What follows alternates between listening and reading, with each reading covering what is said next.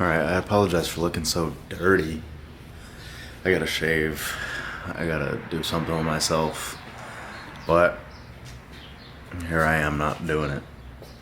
So yesterday, Sunday, Mother's Day, 2026, I set out to sort of organize the garage, get it all, nice looking in here, get it nice and pretty, but unfortunately ran into an issue with the garage door. It was closing, then opening back up. Myself and one other.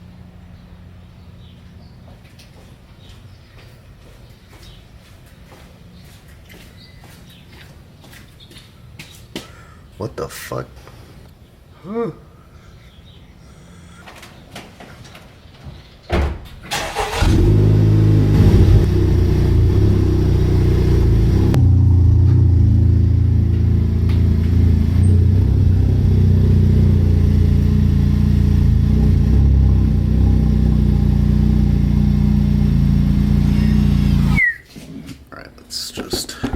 It's probably pretty exhausted at this point, me just sort of talking about the modifications that I've done to the car, but I feel like maybe there's something I can provide here. You can improve, regress. That doesn't make any sense. When it comes to modifying a car, you can ruin a car, you can improve a car, or you could just do nothing. There are some people who believe that it's impossible to improve a car with modifications. I tend to disagree, but I can understand where the sentiment comes from, because when it comes down to it, I am not smarter than the guys at Honda. Don't get me wrong, they have put way more research into their craft than I ever could, and they have a lot more research hours, man hours, data points, analysts, all that stuff. They're smarter than me. Don't get me wrong. But the reason why I know that modifying a car can improve it, not only like to hit a certain number, I'm not doing this for like power gains. When Honda makes a car, I'm not giving any new information here, but when Honda makes a car, it's for the general population. It's what's going to push the most units. It is not for people who want to improve every aspect at any cost. It's for enthusiasts. I think that the Type R is one of the very few cars out there that is truly only bought by people who are enthusiastic about cars. You could find your fair share of people who are in a M4 competition who walked into the dealership wanting just like a fun little coupe, and the, skeezy little salesperson finesse their way into getting them into a $120,000 car. You could see that happening. Even though I would call an M4 Comp an enthusiast car, there is the potential that a non-enthusiast will be driving it. It is impossible to just stumble into a Type R. I would even say like an SI, you could potentially, maybe like a car guy dad wants his daughter to drive a manual car. Maybe he'll get her a Civic Si. He's not going to get her a Type R. So that's sort of where I'm at with that information. I think that it is impossible for any non-enthusiast to be driving a Type R, but they still have to make these cars palatable for all age ranges, sensibilities, use cases, all that kind of stuff. So it is impossible for them to make the car exactly how everybody is going to want it. You can keep your car stock and love it. I would have loved this car completely stock too. But I wanted it to look a certain way. I wanted it to feel a certain way. And I feel like I have already achieved that. And I wanted to do this documentation right now to go over sort of just like a hierarchy of improvements and modifications that I've made before this car goes into a slightly different direction. I have already committed. I have a few things on the way that I'm super stoked about. because it is going to actually point this car into a focused direction. As of right now, I'm loving the way the car is, but it has not, I've gone over this numerous times, beaten the dead horse. It has not had a focused goal. I have just sort of been modifying it to put parts into the car, put nice stuff onto the car, and make it everything that I wanted it to be, but with no true goal in mind. And with these modifications that are coming up, I think I've got that focus. I've sort of wanted to lead this car in the direction of the club sport sort of vibe. Now I know that doesn't sound very specific, but you'll understand what I mean. I'll just talk about what I got. I have the slow down. I have the race bred splitter kit coming in, whole 9, bumpers coming off, it's getting chassis mounted, and it is going to go underneath the garage unique lip, which you probably think that sounds insane, because let's just take a quick little look at where this car sits.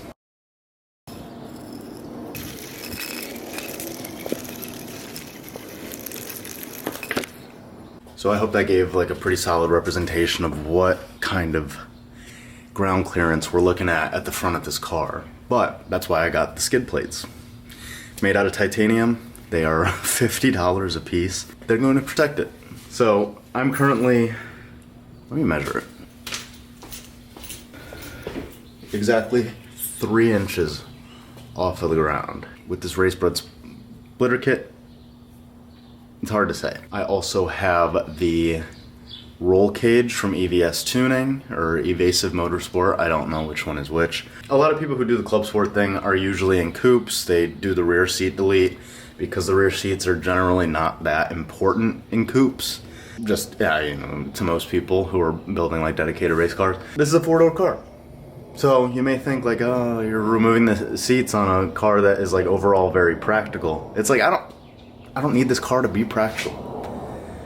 That's what I think a lot of people are missing when somebody posts about their car, is that we're all using it for different things. This is a insanely fun car to drive. Why not make it more fun? And if you never have people in your back seat, why do you need to keep them? So, this isn't for weight reduction. I'm doing the carbon rear seat delete plate thing. I did the bundle. I don't know how much the rear seats weigh, but I have to imagine that once the roll cage goes in, it will probably be just about the same weight.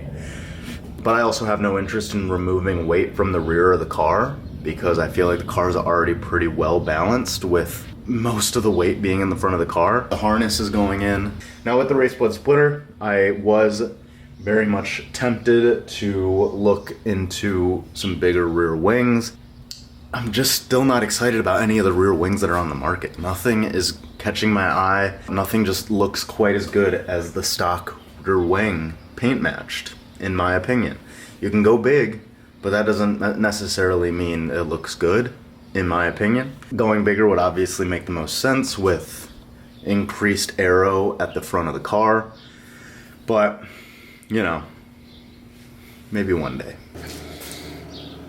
With its side profile, it has that right there. And that just follows the whole trunk lid. And also right here at the bottom of the deck, it follows the lines going across the whole side of the car. And I think that that just looks the best. What else is coming? I have a rear windshield wiper delete. Not something I ever thought I was gonna get, but you know, it's something. It's something tiny that is just like, it's just one of those things that I feel like will be fun to sort of just tinker around on the car. Don't really need the rear window or rear windshield wiper anyway. I have the Euro spec, like just horns. Sounds a little less. What else is coming? Oh, I just placed my order last night For the carbon inlet pipe from PRL, front compliance mounts from RV6, a replacement cone filter from PRL. Why am I so bad at remembering things? Oh, the rear spats. I ordered the APR rear spats. I'm gonna paint them. I don't like carbon. I like carbon, don't get me wrong. I like the way carbon looks in certain contexts, but I don't think I'll like the way it looks on the outside of this car. There's too much black trim around that will sort of just clash with it. I feel like it's similar to when people paint their wheels white on a championship white car, or buy white wheels for a championship white car. It's like they're just like a few shades off and it looks really, really bad. I like the way carbon looks sometimes on black, but I don't have any other carbon on the exterior of the car, so why wouldn't? I think that'll just sort of balance things out a little bit with the extra lip on the front of the car. Get some more like dimension on the rear. I was looking into side skirts, but I can't find any that I like. Well, I mean, most of them just look like the OEM side skirts, but they're like carbon, or there's like a small diversion. I was looking at little extensions, but none of them really follow the body lines the way I would like them to. The Maxton Design side rocker extensions that I had before did follow the body lines really well, but the car would be virtually impossible to jack up, or just like to get a jack underneath it. They were way too thick and just kind of like cheap. So that's that. That's all the stuff that's on the way. Let me see if I actually forgot anything. Roll cage, rear seat delete, MDR billet rear wiper delete kit, genuine Honda Access Euro horns. Oh, I got the harness bar reel. That was, I mean, obviously I had to do that. From ASR, that's 5. And then for the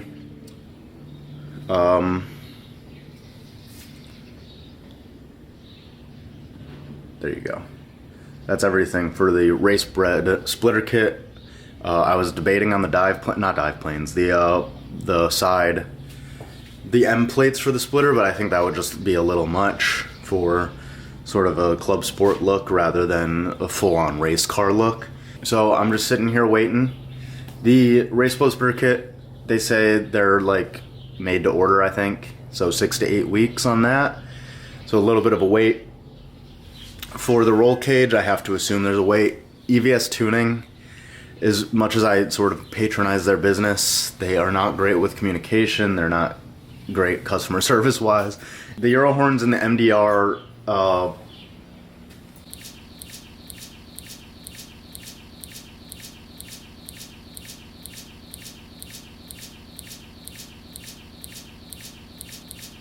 rear wiper delete. I ordered those from Dream Automotive. They're overseas, so I don't know how long it's gonna take. I ordered the rest from Two Step Performance, so I'm hoping that that won't be too long. But if it is, it is, you know. Good thing will come to those who wait. I wish I had waited on the turbo. I don't think I've updated anybody on that. The RV6 turbo that I ordered last year, I did end up canceling that order. That's why I've been able to buy so much other stuff. It's because I canceled that order. As much as I wanted it and feel like it would be cool to have, and I will probably still get it, there was so much more that went into it. I would have... Now granted, I probably spent around the same amount of money. I mean, turbo, inlet pipe, injectors, pumps, all the stuff that would have been included. I sold the flex fuel kit. All the stuff that would have been included in upgrading the turbo and actually wanting to do it reliably and overbuilding it and all that stuff, it would have cost me around $10,000, and I probably, with the Mugen seats, I probably spent around $10,000 anyway.